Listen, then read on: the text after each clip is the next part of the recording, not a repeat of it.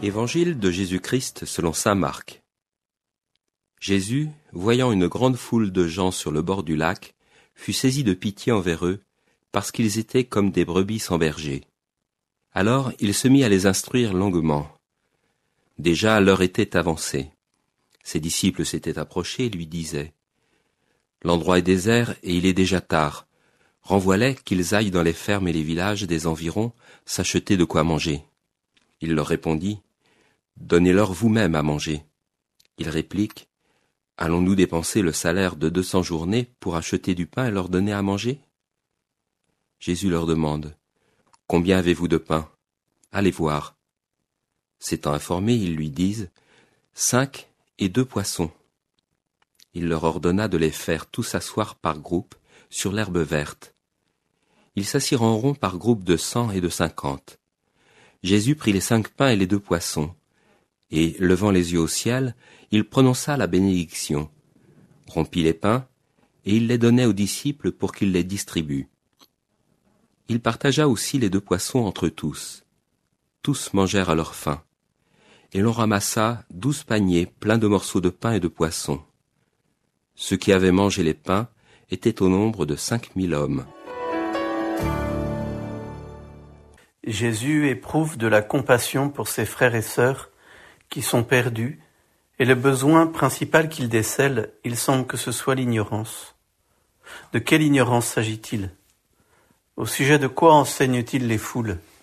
L'Évangile n'en dit rien. Le seul élément qui apparaît, c'est que Jésus semble avoir perdu le sens de la mesure et que ce temps d'enseignement dure trop longtemps. Nous pourrions penser au premier abord que les disciples ont à l'égard du peuple une préoccupation raisonnable. Ils n'oublient pas de prendre soin des foules. Pourtant, la seule solution qu'ils préconisent, c'est de renvoyer les gens, ce qui est en réalité une manière de se défausser du problème. Alors Jésus les remet devant cette responsabilité. Donnez-leur vous-même à manger. Il rentre dans le concret. Jésus est réellement attentif aux besoins de ces gens qui sont trop nombreux pour trouver de la nourriture aux alentours. S'ils sont 5000 hommes, combien y a-t-il de femmes et d'enfants ? Et tout le monde le sait, il n'y a pas de vivres ou quasiment pas. Après avoir enseigné les foules, Jésus enseigne ses disciples.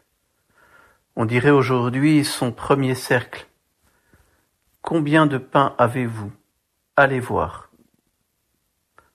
Autrement dit, c'est à vous de chercher une solution avec les ressources dont vous disposez. Il ne s'agit pas pour vous de botter en touche en renvoyant ces foules dans les villages environnants. Jésus enseigne les disciples à être des pasteurs. Certes, la tâche les dépasse, le besoin est au-delà de leur capacité, mais Dieu ne va pas les laisser dans la panade s'ils acceptent de relever leurs manches et de se servir de ce dont ils disposent. Combien de fois avons-nous vu dans la vie des saints se reproduire cette situation lorsque ceux-ci étaient au service de personnes désemparées ? Sans remonter très loin dans l'histoire, pensons au curé d'Ars, à Saint Jean Bosco, et bien d'autres saints laïcs ou religieux qui ont utilisé leurs maigres ressources, mais surtout se sont appuyés et ont eu confiance en Jésus. Il ne les a pas abandonnés. Nous pouvons être frappés dans l'Évangile par le fait que Jésus enseigne longuement les brebis. Mais il me semble que Jésus enseigne encore plus particulièrement les futurs bergers. C'est d'ailleurs cet enseignement concret aux disciples que les évangiles ont particulièrement gardé de cet épisode de la multiplication des pains.